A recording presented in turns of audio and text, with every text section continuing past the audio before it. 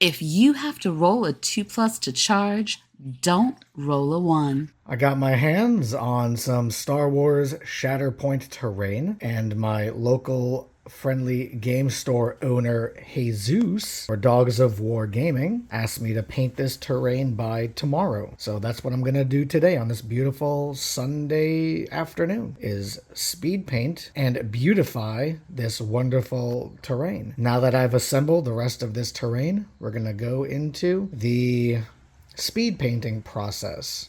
So to speed paint, you need to understand your hierarchy of values.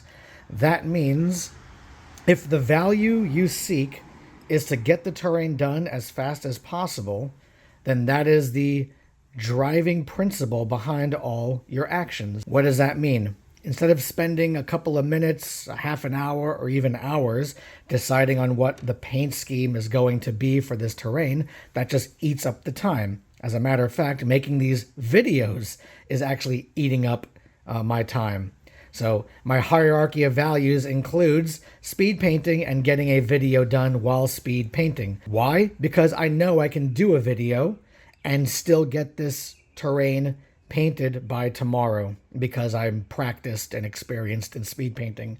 If you're not, then trying to do a video while speed painting might mean, or will most likely mean, that you will miss your deadline of tomorrow or whenever your speed painting job is supposed to be done.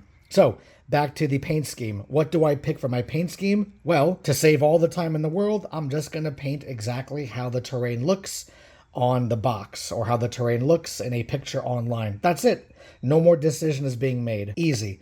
Done. Took me about 3 seconds to do.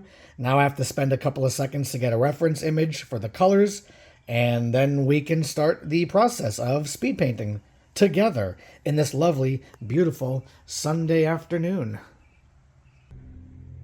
I am spray painting the terrain with a Mechanicum Standard Gray, but my can is almost empty.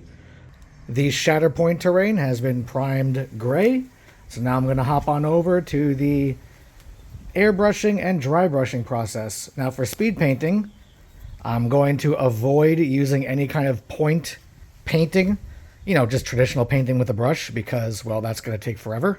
I might do that for details if I have time left over this evening, but for now, just airbrushing and dry brushing. Hopefully just mostly dry brushing.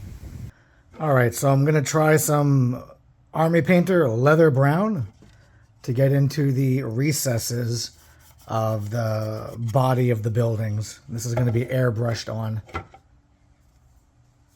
Alright, I have the airbrushed base coat of the brown on all the buildings. So now I'm going to attempt to do some dry brush magic. So when I use straight acrylic, like the Army Painter's Desert Yellow here, right? What I do is I put the paint in the pot, and then I put in a couple of drops of Liquitex Flow Aid additive. But I hold the tip and lightly push the air in to mix the paints.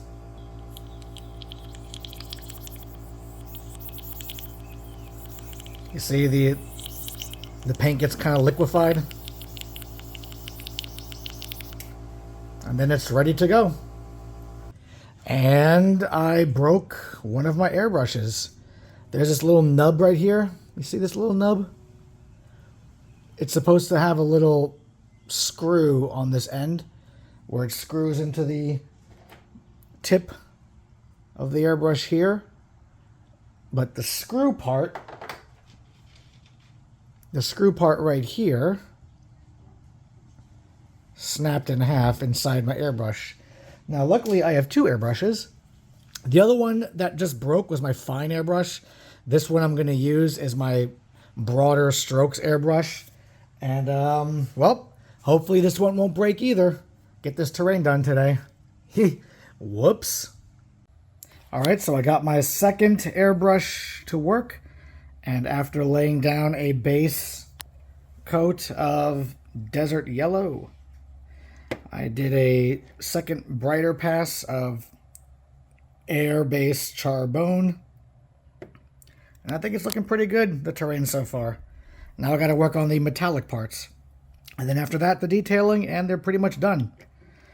I did spend an hour going crazy because I was using this reducer to thin my paints, but unfortunately it was mixing with the paint in an odd way where it was creating these giant particles, and well, I was spitting paint all over the place until I realized that reducer is probably old or not good or I don't know what, but I fell back to this one, my Flow 8 additive, and it worked just fine. It made the coats even and deliciously perfect. So next I'm going to work on the metallic parts.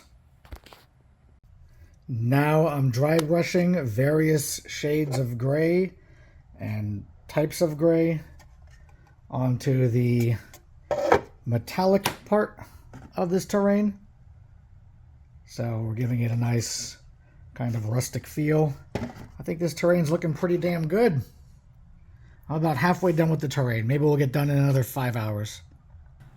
Alright, so I'm actually done with the Shatterpoint terrain, and it took me about 6 hours to assemble the last pieces. Somebody had assembled the majority of it at my local store, but I had assembled the rest of it here, and then primed it, airbrushed it, base coated, dry brushed. But yeah, I think it's looking pretty good. I used a simple reds and blues for the wires, greens, some oranges and blues for the keypads, some just very simple lighting techniques for the lights, just a dry brush technique. That's one piece there. Here's another piece. I think it looks pretty nice. I love the way it turned out. It fits the aesthetic of the game, the way it's presented on the box art. I know that it's Star Wars terrain, but it's also very clean. Star Wars has that odd aesthetic where even though some planets, some terrain is dirty and grimy, the colors are still separated and still very clean. If you're a Star Wars fan, you know exactly what I'm talking about. So here's some more terrain here, some green as well. Nice catwalks for the dudes to run up and fight. Here's another bit right here. So yeah, I mean, it took me just 6 hours to speed paint this, and it's all ready to go. Something that would cost hundreds and hundreds of dollars for someone, for you to pay them to do, and that would even take, like a week or even weeks or even months, depending on the company you hire to paint the stuff for you. Well, I do it in 6 hours, and if this was a paid commission, which it is not, but if it was a paid commission, it would have shipped out tomorrow. So anyway, I'm going to have this terrain ready for Shatterpoint games tomorrow at my local store. I think we're doing like demo games, just the employees of the store and some select people just messing around. And if Jesus painted the models, then we should have painted models and painted terrain for you to see tomorrow. I'll take photos of them and videos of the terrain assembled and in a store setting. Then I will upload those pictures to Patreon, probably.